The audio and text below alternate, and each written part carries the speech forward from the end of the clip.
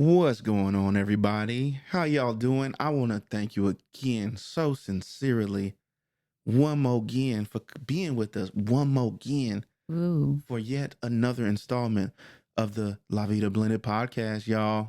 Whoop whoop. Again, I'm Donnell, This is Mila. and we are a interracial blended family. All right, both married and both part of the mental health field. Okay, me on the counseling side, Mila on the Social work side. Whoop whoop. So much better. a house divided, y'all. A house divided. But no.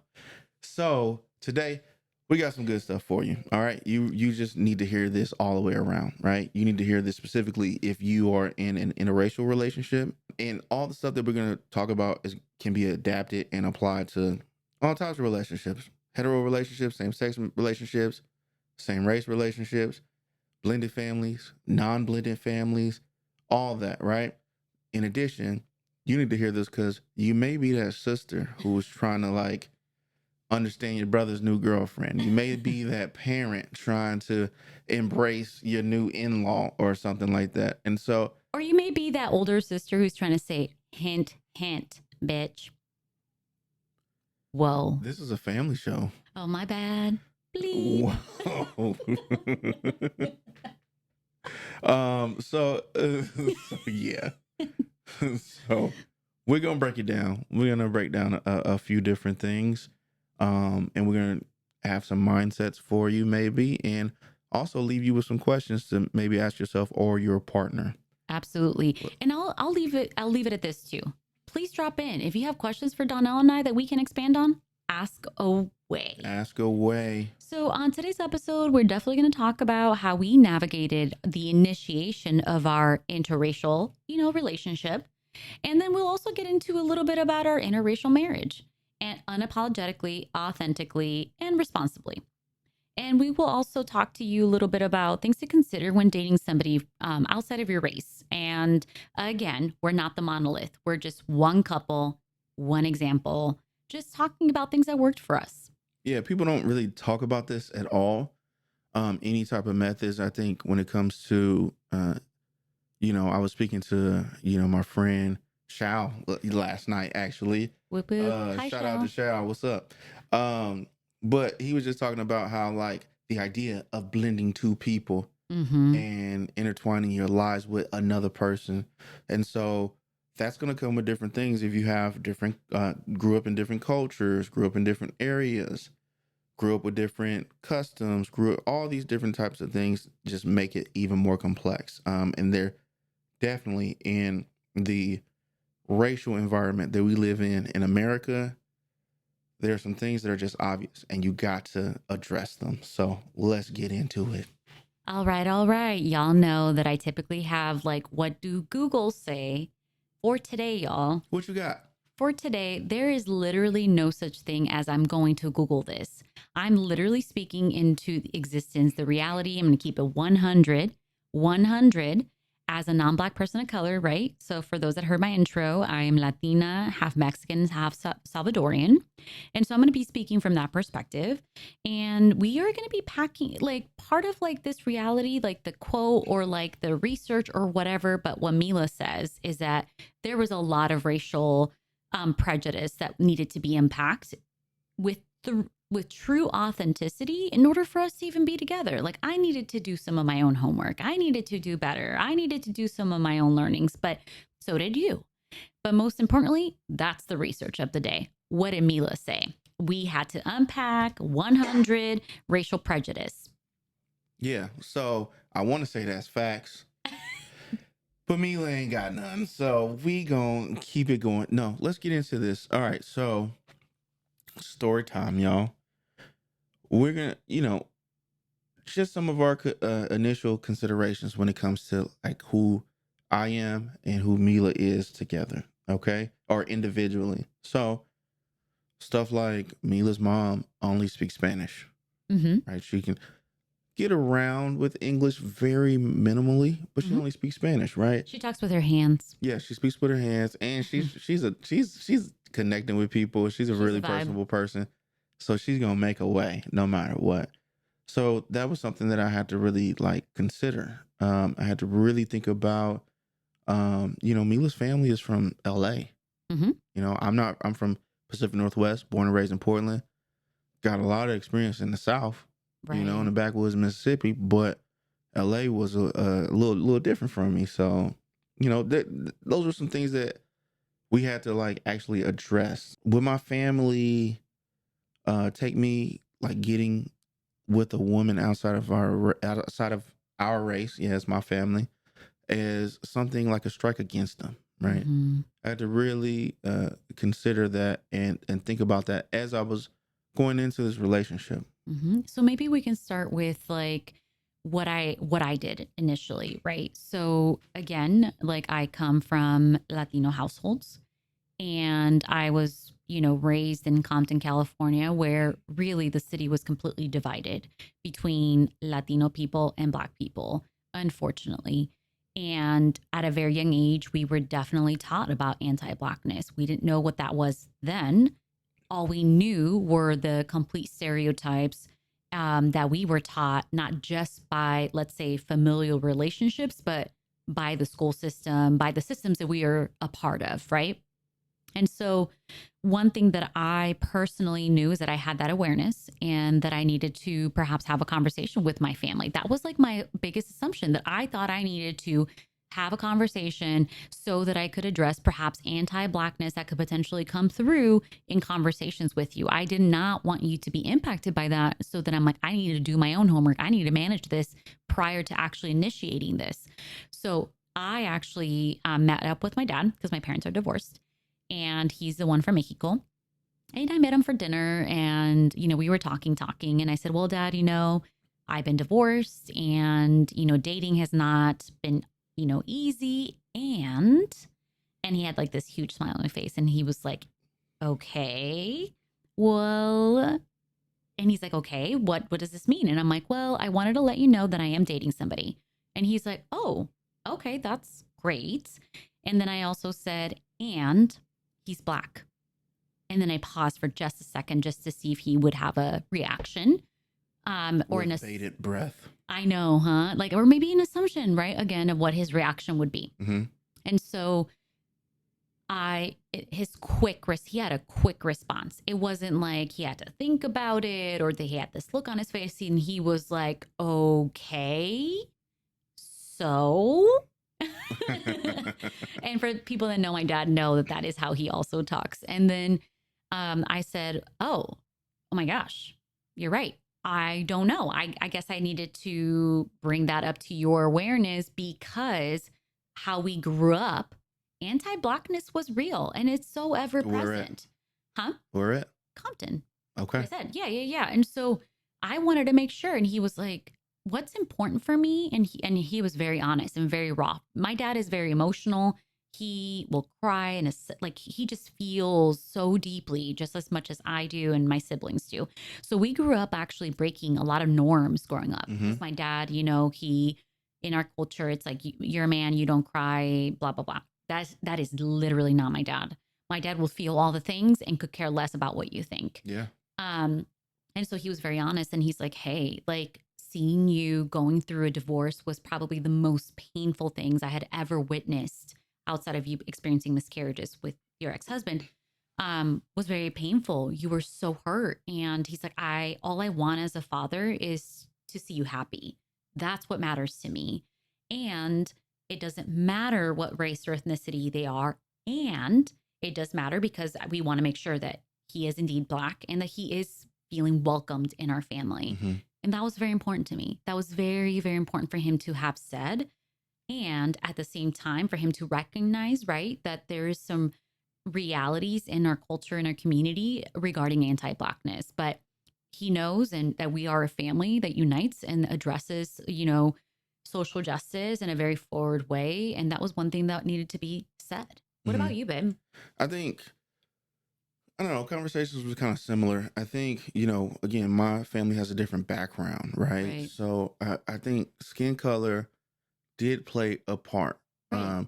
that was different, especially you being lighter skin.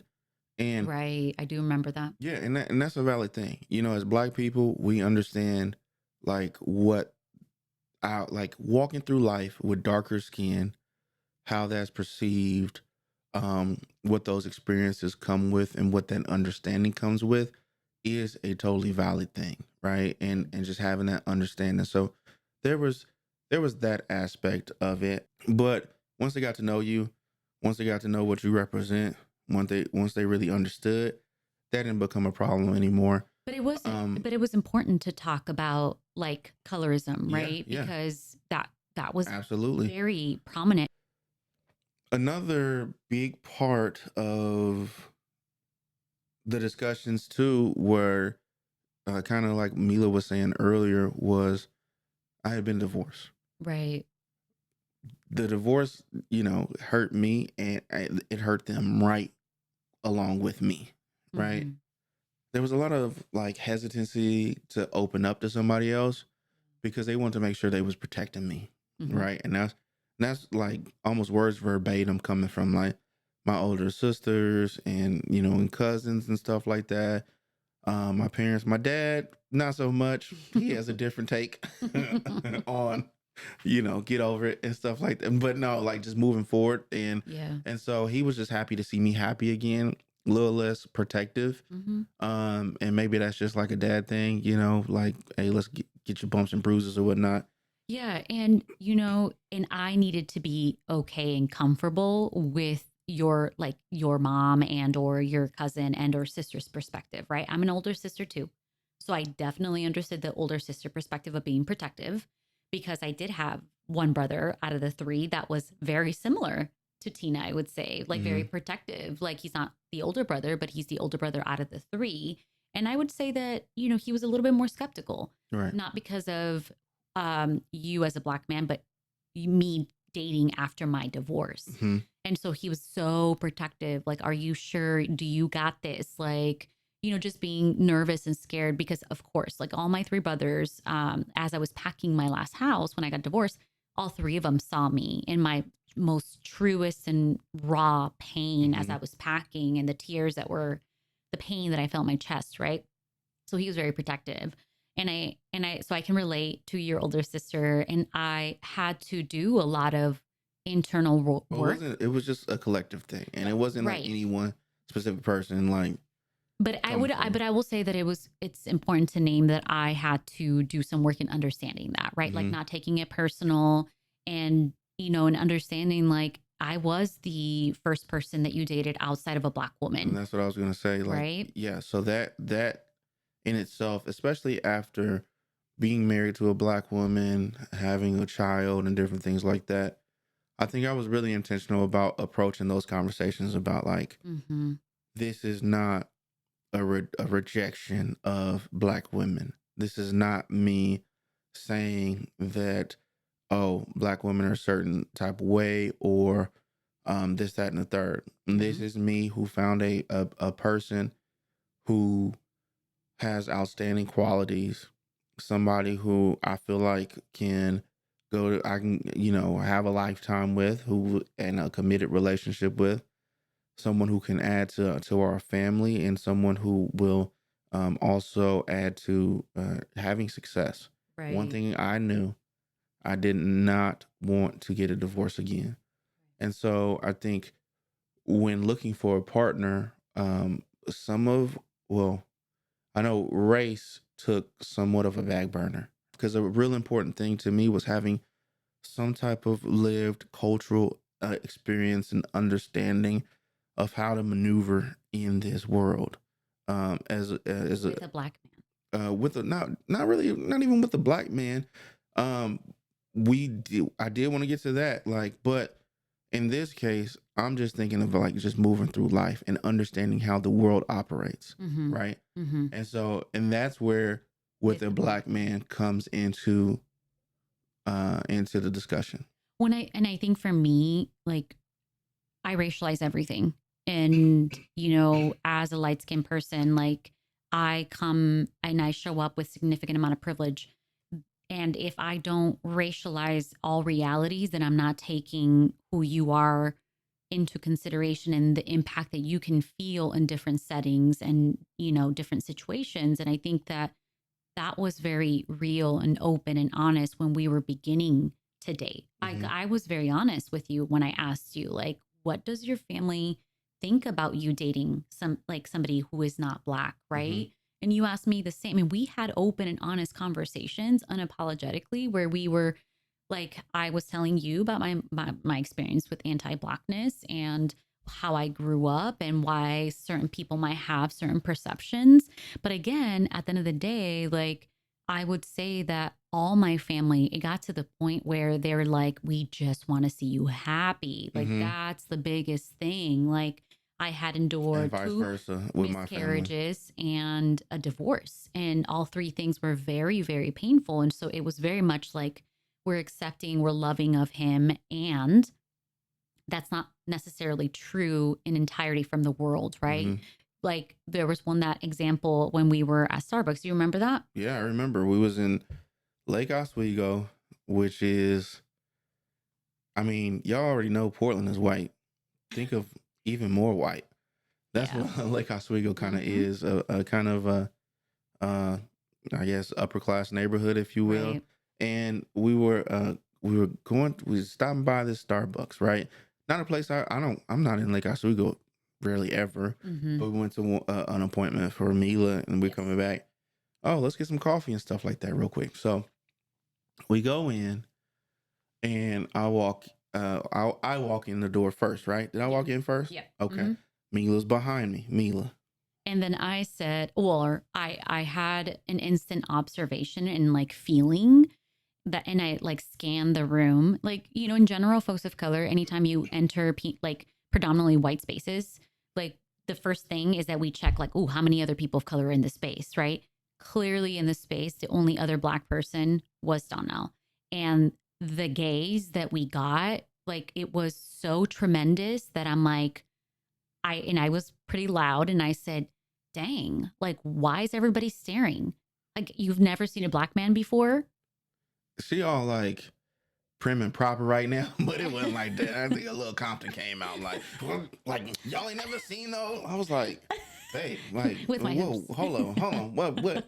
No, yeah, and I'm like, hey, yo, calm down. I don't want Yeah. nobody before. This was even before Karen's, but it was Karen still, right? And Yeah, I'm no, like, for I don't sure. need nobody. Like, I'm like, 100%, especially there. right, Mm-hmm. exactly. And so there was a I'm like, what are you talking about? I didn't even see it. I didn't even notice it.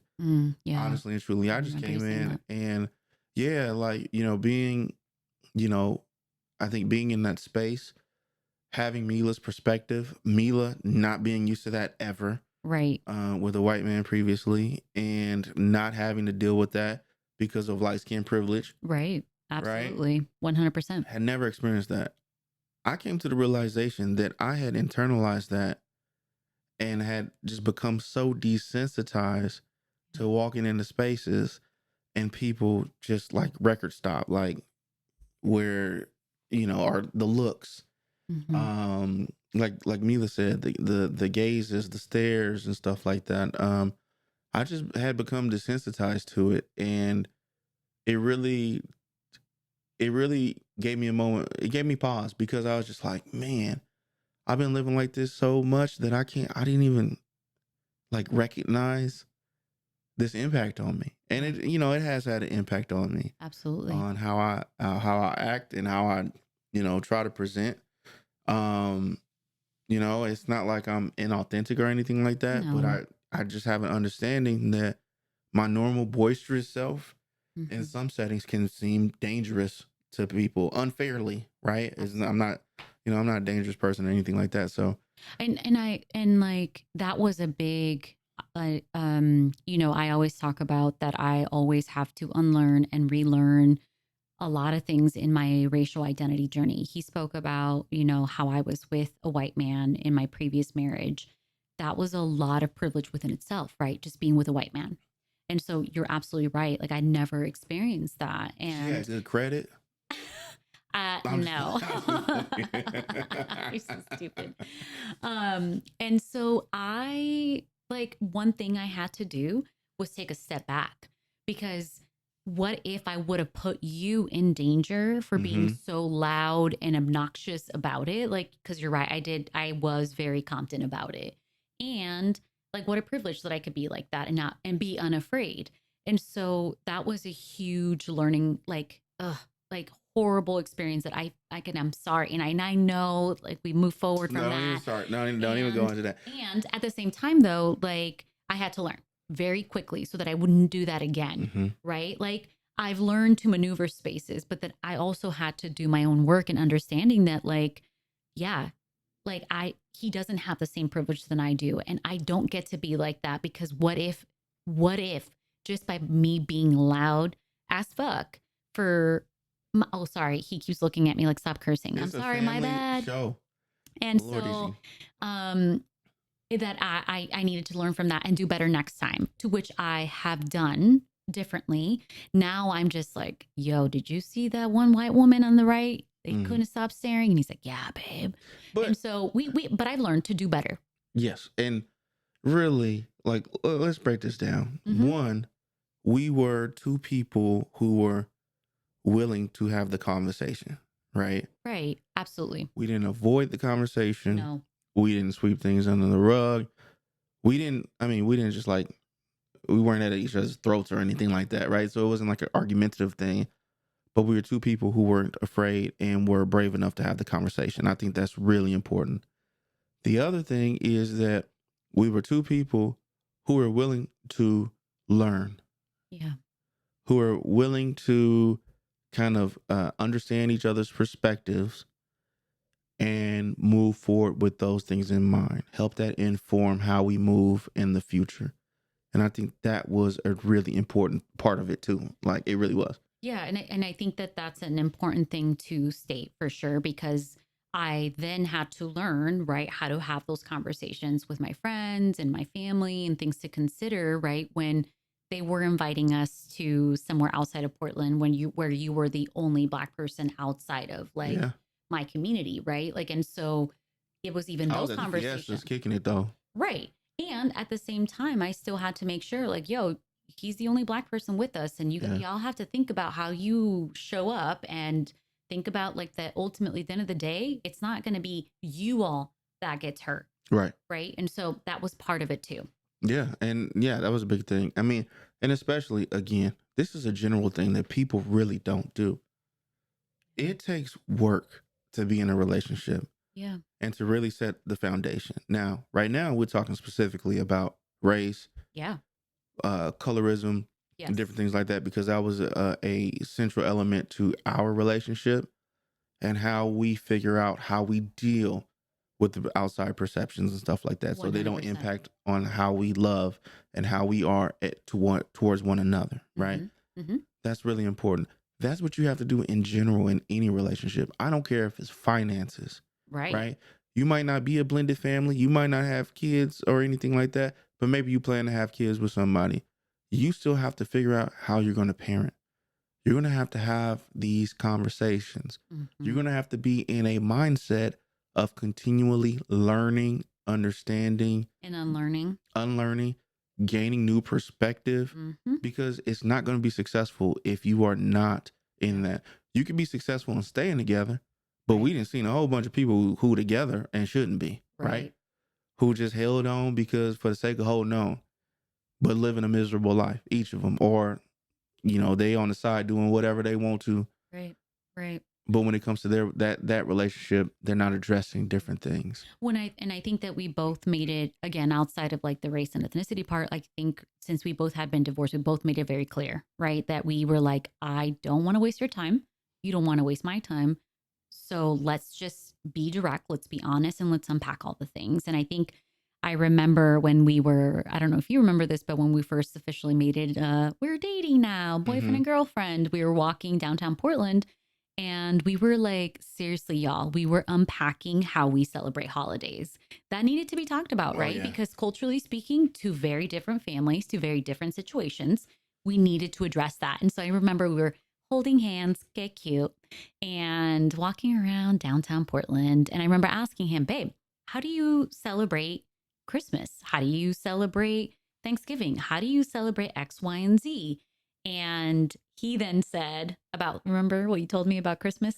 Oh yeah, the Christmas Eve parties. Now, After COVID, they've kind of subsided a Okay, but little before bit. COVID. But that's what I'm saying. I just had to preface that. But before COVID, like I mean, we had a good 30-year run at Hmm. my parents' Shout house. out to your parents. Yeah, every Christmas Eve, like, having like 75, 80 people, every story of the house, like, and it's not like a super huge house or anything like that. Fortunately, finished basement, finished attic, because we was on all three levels, just in there kicking it. And so I was just, some of the dynamics of my family, I just wanted, I'm like, hey, I got a big family. We kick it tough. And when he said that, I was like, I also have a big family and we kick it too. Okay, y'all, I did I was not. like, oh, I was yeah. definitely not prepared because part of it too is like, I told him, I was like, well, in the Latino culture, like we go all out on the 24th, right? But at that time, like my siblings were all in separate states, separate situations. My parents were divorced. And so actually getting together on the 24th was like null and void essentially Right. because it was just hard times. And so I was like, okay, we can go and do Christmas Eve at your house and we'll see how it goes. And It was an experience of a lifetime. It, I would. I told her, she was talking greasy. She was like, oh, I got a big family, blah, blah, blah, blah, blah. Oh yeah. I'm like, nah, but you don't even know. You don't Because even I'm know. used to like bailando hasta las chanclas, right? So like 1, 2, 3, 4 in the morning, but like this is not. It was not the same, Nah. and I think I had gotten used to like just being in a smaller setting because yeah, my parents divorced and blah blah blah, siblings all over the place, and so it wasn't that big anymore. And so when I walked in, y'all, when I walked into his parents' house, I was like, one, I had never been in a predominantly black space, which was Well, a beautiful. lot of black folks. Yes, it was beautiful. I think I was the only Latina person there, which was Mm-hmm. awesome. Second of all, I have really bad social anxiety. It's gotten so much better if people don't ever believe me, but I have really bad social She ain't anxiety. had no choice with my families. You had to. I had so much anxiety about remember people's names and saying them correctly because I believe and still believe that we have to enunciate people like people's names and it's really important. I kept forgetting and then I was like, okay, who's connected to who? And he was like, babe, no, like that's like my brother. Oh, but is that your brother? Like what? And you're like, I was like, stop questioning it. They is who they is. And they right, my family did. right, I don't. right. They is who they is. So I mean, that was a really interesting thing too. And I mean, when we talking about this party too, we ain't talking about like a house party. We ain't talking like, of course, yeah, there's music playing and stuff like that. Right. But ain't no, I mean, I don't know how we did this, but It ain't no wasn't alcohol. alcohol. Mm-mm. This is literally like us getting together, food. We And got the vibing. dressing, we got, the Mm-hmm. ham, turkey, we got them greens, some That's also green when I beans. learned about dressing. Yeah, I thought Mila over there dressing looking for the was. ranch. I'm like, nah, not no. We I ain't was like, he told me there was dressing, and he's like, it is, there is, it's right there, and I'm She's like, like, what? it's like, where's the Thousand Island? Like, I was so embarrassed, y'all. I was like, like I had to OMG. let her know I how to sounded so hook it up white with then. the gravy and then You you gotta did get the teach me about cranberry. So that. I'm like, girl, you gotta, what I'm He's saying? no, y'all. He saw my plate and he's like, "Why didn't you put the cranberry or what is it? I was perplexed. And I was like, I don't know. I've never eaten like this food this way. I'm like, Mila, you gotta open your eyes. You gotta see like what nobody in front of you. You like follow the leader. Like what's going on? Follow the leader, Right. leader. Follow the leader. When in Rome or at my family's home. You know what I'm saying? You got to No, do as I the epically homies failed. do. I was so embarrassed. I was like, dang, babe, you didn't even prepare me. He prepared me about so many other things, but didn't prepare me about the dressing. Hella embarrassed. I hella Because was the white person there. you were mostly worried about like how many people. Mila, like who all gonna be there, Social right? anxiety. That's real. And He's I'm like, used babe, to I the. don't know. Like, it's probably going to be 50, 60 people. But I was like, oh, but who's all there? And he's like, babe, See, when black people usually say like who all gonna be there, they trying to see if that person they don't really rock with I is learned gonna that be too. over there. You know what I'm saying? Like, man, I don't even mess with them like that. Like, don't even. So that's the who all gonna be there that I'm used to. When Mila was like, "Who all gonna be there?" She expected me to name Numbers all and names. 80 people. And it wasn't because I was like, oh, I like this person. She No, ain't know it was nobody. like, She just had anxiety I'm about it. overwhelmed. Yes. And so, but here's the thing, like quick tip, right? Where I know we're talking about interracial and ethnic backgrounds, right? But quick tip. As a social anxiety person, like I told him, I'm like, hey, sometimes I just need to take a quick breather. Let me go outside. Let me take a deep breath and let me come back in. Check in on me and be like, hey, you doing okay? Yes, I'm doing okay. Like that has helped tremendously with my social anxiety. And that helped a lot that day. And through trial and error, Yeah, because we there was times have that he did not we check have in on me. developed a routine because I don't need that. Right. You No, know, you don't. like Which is Mila awesome. leaves me all the time. Like we be at the party and I'll just have to make my own friends. No, luckily I'll be with the homies, but Okay, sorry, y'all. I had digressed, but all that to say that there was a lot of prepping, right, for that hmm Christmas Eve dinner. We also talked a lot about like Thanksgiving, right? Like, yeah. so for people that know me, know that I don't celebrate Thanksgiving. I don't celebrate genocide. Hold So, on, no, hold on. We don't celebrate right? No. I know. like the white folks killing the native folks over here, right? We don't celebrate the pilgrims, right? I think What do you celebrate? what's really important is giving thanks and having some gratitude as well as just taking the opportunity to gather with family, Yeah, right? yeah. Even if there's so little opportunities to really get with your family, especially as big as mine, right? Because people's work schedules are different. Some working on Hmm. the weekends still. Everybody don't have this day off. Everybody don't have that day. So I almost feel like you are obligated, especially in this country, Hmm. to take advantage of those days. And that's why, Yeah. you know, this It, year during 4th of July, maybe I shouldn't say this out loud because all my mm, family gonna listen and hold me to it.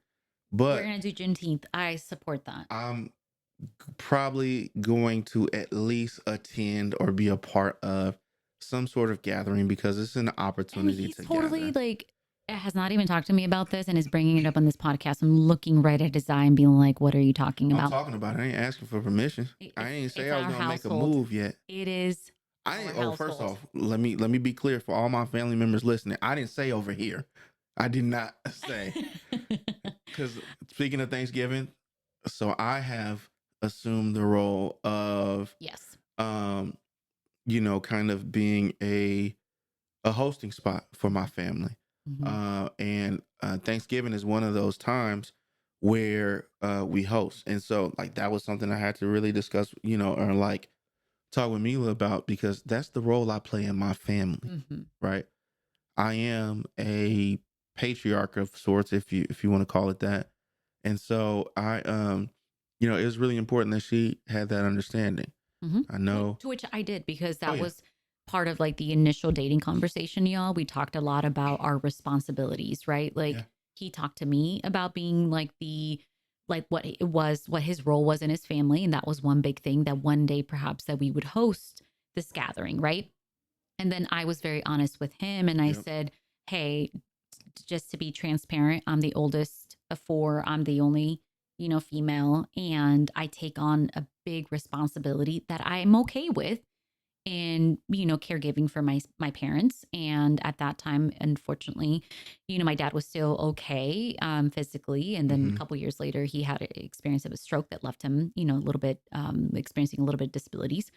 And I told him, I was like, hey, like ultimately at the end of the day, like I am the oldest and a lot of them lean on me for that like support. And hmm so we might have some of them living with me and that's reality. And he's like, absolutely, no problem. And so it was like an open, honest conversation about that.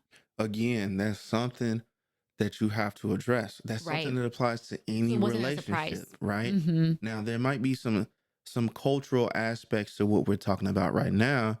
At the same time, everybody's family culture is different, Right. right? Everybody ain't got like a whole bunch of like, I got 5 siblings. I got hordes of cousins and stuff like that and Hordes. hordes of cousins. Wow. Yeah, it's a whole bunch. It's a bunch of us, right? So just relatives and everything like that. Not everybody has that. So even if let's say it's two Latino people and one has a smaller family and they just do a couple, you know, they Right. just have a couple of people over and that's how they used to But it. I understood that you were like the main one to host something like that, though. Right. Like I told, because you were very honest with me, Exactly. But right? I'm saying that that's a conversation Absolutely. that anybody has to have, right? 100%. When it comes to Oh, I just see what you're saying. working out things, right? Working out Mhm. things as a couple. Yeah. Yeah, because Hmm. that's a responsibility we Hmm. take. As much as we want to say, I Hmm. married you, not your family.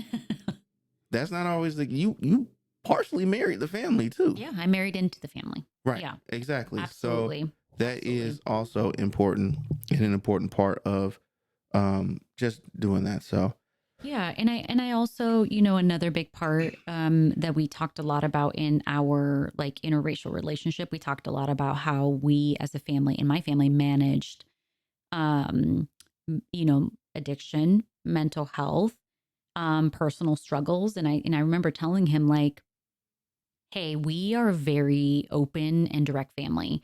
I That's how both of my side of my families are, and maybe it's all Latino people too, but we are very open about all the things. We got nothing to hide. We're unapologetic about it, type of thing." And at first he was like, "What do you mean by that? Like I am too. Like my family is too." And then I was like, "Well, we are very direct when we're impacted by our depression. We're very direct when we're impacted by our PTSD, our grief, and our loss, to the point that like we also talk about how we're all in and out of therapy. And even my dad talks a lot about it when he started therapy and why he started therapy as an older Latino man. And we're just very open about these things. And I think for us specifically as a family, we weren't, to a certain extent, to protect each other, which is what a lot of Latino families do. And so one sibling was protecting me so that they wouldn't, and vice versa. And so I would take on all the things and not actually openly talk about the impact of it all. And so we learned the hard way, right? Like, and we all learned how to cope differently and unhealthy. And one by drugs, one by alcohol, like in unhealthy relationships, et cetera, et cetera. And we just learned we need to be open and honest. We need to say, "Hey, I don't appreciate that. Like, I cannot take this on. I'm the oldest, but it's not my responsibility. I need you to tap in. I need to tap out." And that's what I was used to, right? Like that open directness. And then that's when he disclosed. well, I just know when I first got with Mila and we started blending families and different things, I was so sick of feelings. I am not y'all don't understand how I felt about feelings. I was like, but why do we even have feelings about this right now? Yeah. I like my family is direct in their own right. Hmm. At times maybe too direct. And then also too, when it comes to, I always say this about, I mean, I could say this about my family specifically, but I could talk about this in particular for the Black community. Not tending to that emotional side and learning how to maybe subdue some of those things was a survival tactic. Right. We would have not been able to get through the atrocities of white supremacy, the institution of slavery, Jim Crow, Hmm. prison industrial complex, all those we wouldn't have been able to do that while at the same time appropriately addressing all of our emotions and all of our feelings, right? So I think having Mila open my eyes to a different side. Now, don't get me don't get me wrong. I think there is a lot of merit to being able to have some emotional control. Um, that is something that I stand on and Healthy something. coping Yeah, mechanisms. well, but emotional control too, right? Like, cause you can't just get beside yourself at all, at all the time, right? There are times for that where you're releasing and different things like Well, you're that. talking about like self-soothing. Well, let me talk about what I'm talking about. I'm talking about just emotional control, right? Well, I don't control my emotions. That's why I disagree with you on that. Welcome to the podcast, everyone. Yeah, she be disagreeing with me because I love J. Cole. I ain't even gonna say, oh, don't even go there. I do not apologize. No, I'm playing. I apologize. Sorry, babe. I Bonus episode. interrupted you. Go Bonus ahead. episode coming soon. You said Okay. emotions and Yeah. Okay. So what? um, before I was interrupted, interrupted. My bad. what I was talking about is like to be able to have some sort of resiliency when it comes to that is something I value. Yeah. At the same time, in African American culture, and I'll say African American specifically, but it could be a lot of us, Black people over here on the Western Hemisphere, enduring Mm-hmm. the institution of slavery and all types of discrimination and stuff like that.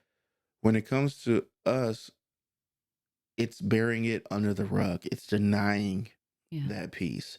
And so to have a moment to stop and really take time to process emotionally is actually was actually a big thing that Mm-hmm. Mila and her family and her father, her father, um, it's really something I admire about him.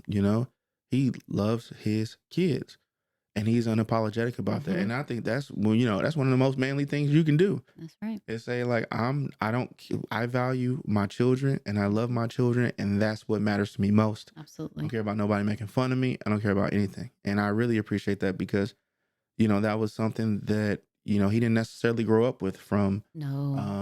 Mm-hmm. from, My father grandfather. figures. Yeah. Mm-hmm. So Mm-hmm.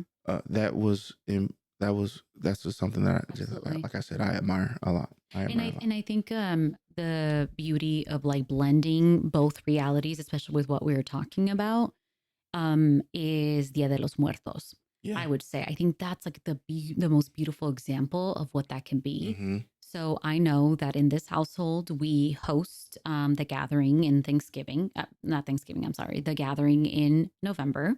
We have about 40, 50 people at times, or Wait a it's minute. Is that what we calling it now? the gathering. The gathering in November? Yes, I do not call it Thanksgiving. Sounds like a seance. Oh my The God. gathering. Don't that sound like a scary movie? I'm sorry. Okay. We're going No. Oh, you know what we should call it?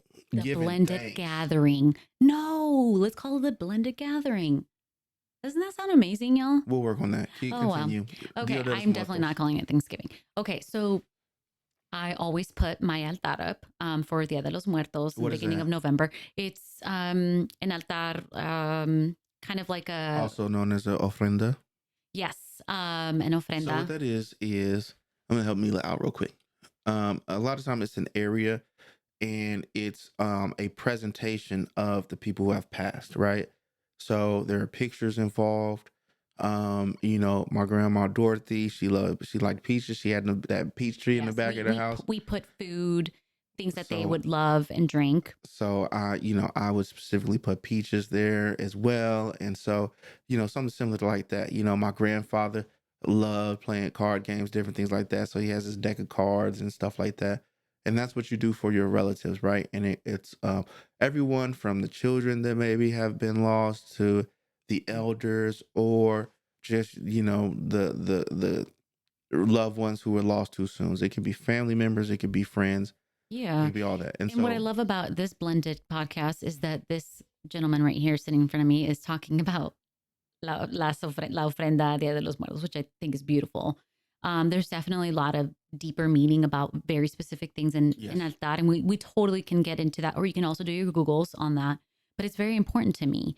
And I will say that I think out of both of my families, I have been the first one to initiate an altar and Yeah. to like begin having those conversations to openly talk about grief and loss and the celebration of life, because that is ultimately what we're doing, right? Mhm. We're talking about them, we're sharing stories. And so I usually put it like in a corner of our house where we host the gathering, and people can, people pass by it, see all the pictures and ask questions. The first year, I still kept it. I keep it the whole month. Yep. And We don't take it down till after Thanksgiving. right after the Or gathering.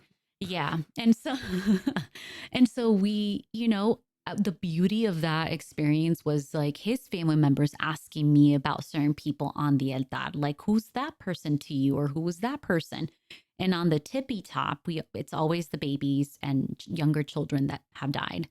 And that year, I started this beautiful like art piece, actually done by a really good friend of mine's sister. Shout out to Niley. And it was an image of our babies, right? Mhm. Like we have never had an image of them. It's just through like babies lost through miscarriage. ultrasounds. Yeah. Yeah, thank you, babe. And so it was just like our image of what they possibly could have looked like. And so they're up there. And they asked me, like, I think it was your Uncle Kenny that asked me about it. And May then, he rest in peace. yes. And so other people, and I was like, oh, that's what we think that they would have looked like, but that's just a memory of them that they're never forgotten. And then it slowly just began to be a thing that people went up there for to see if their loved one was there. And slowly people were openly talking about their grief and their Yeah. loss. And I learned so much from your And the family. remembrance of other of relatives. And Yes. actually, yeah, you're right. The Mm-hmm. historical aspect, like the family history aspect, Yeah. was, I began to learn different things. I began to have conversations with my mom Right. that I hadn't had before.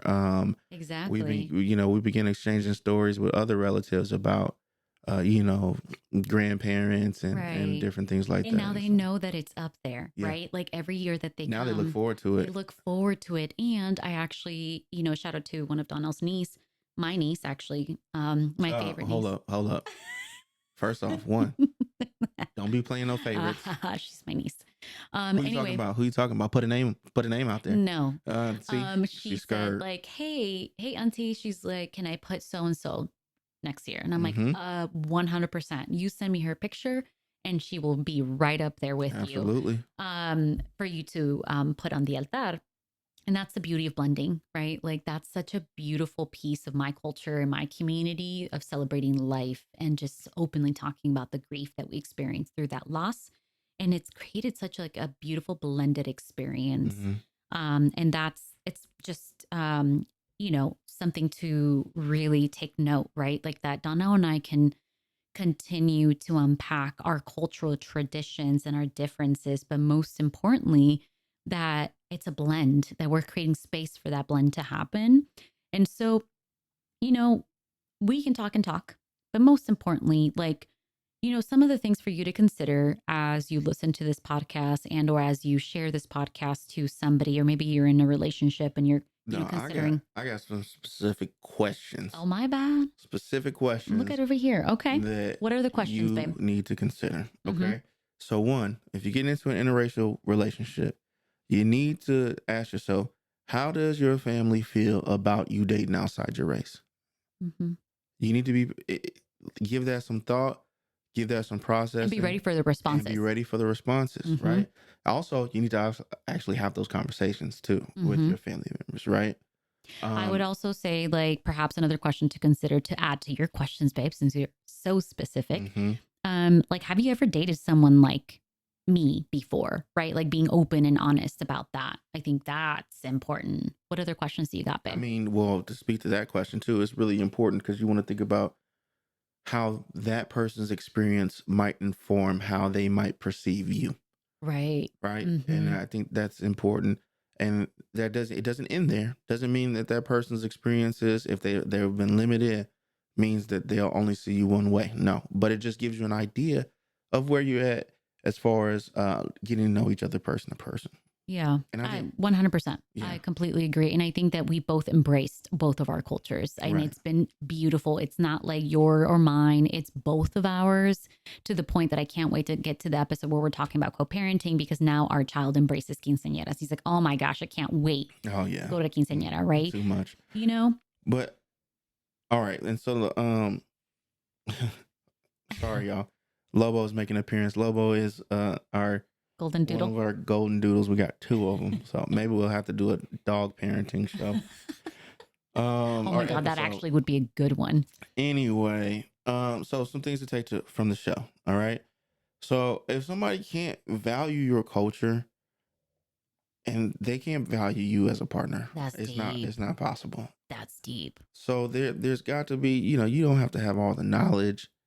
You don't have to know every. I mean, we all, I'm still learning. academic and everything like Yep. that. Sometimes, like, that's not everybody. Right. But if somebody doesn't show value and show a willingness to learn or to experience appropriately and stuff like that, Right. like, they can't value you. Mhm. We don't recommend that you enter that relationship. Absolutely. Absolutely. I think that, another thing that I really just want to boldly say, skin And want you color. to take from the show. Right. Skin color does matter, right? As it pertains to the perception of the outside world. And I think that addressing that in our community, in the Latino community, specifically around anti-Blackness, and that is something that I myself and my family and Donald talked a lot about because of the color of his skin and mine. So that's so important to address. Yeah. Another thing to take away from the show is you got to, if you're going to be in an interracial relationship, you got to have the courage to immerse yourself in a different culture. You gotta have the courage. Yeah. And that's going to look different from everybody, for everybody. Everybody ain't going to Absolutely. be on the dance floor like me, That's getting what I down. love about you, that you're so willing to do I that. mean, it's what I do. So everybody's not gonna be like that, but you have to figure out what that means for you and your partner, right? Absolutely. And you have to be willing to take that step. Absolutely. And so that's really important. The last, but definitely not the least thing is think about how your cultures are similar, and think about how your cultures are different. Making that known, creating that understanding so Yeah. that you can properly blend Mm-hmm. is super important. So Blend like my favorite Kool-Aid. Grape. that's purple. It's grape. No, it's purple. See, this is a cultural difference. Don't ever say grape Kool-Aid again. Don't say no cherry, no strawberry. It's red. All I right. used to say grape. And with that being said, Anyway, y'all, I think we done did it. That is one the more again. episode. One more again. I want to thank y'all again. Please share this podcast, especially if you made it this far. Please take these questions. Hopefully they help enhance something and help you move through different conversations and different situations in life, whether that be in your relationship or in somebody else's relationship that you are connected to. So with that being said, y'all, stay mixy. Stay blended.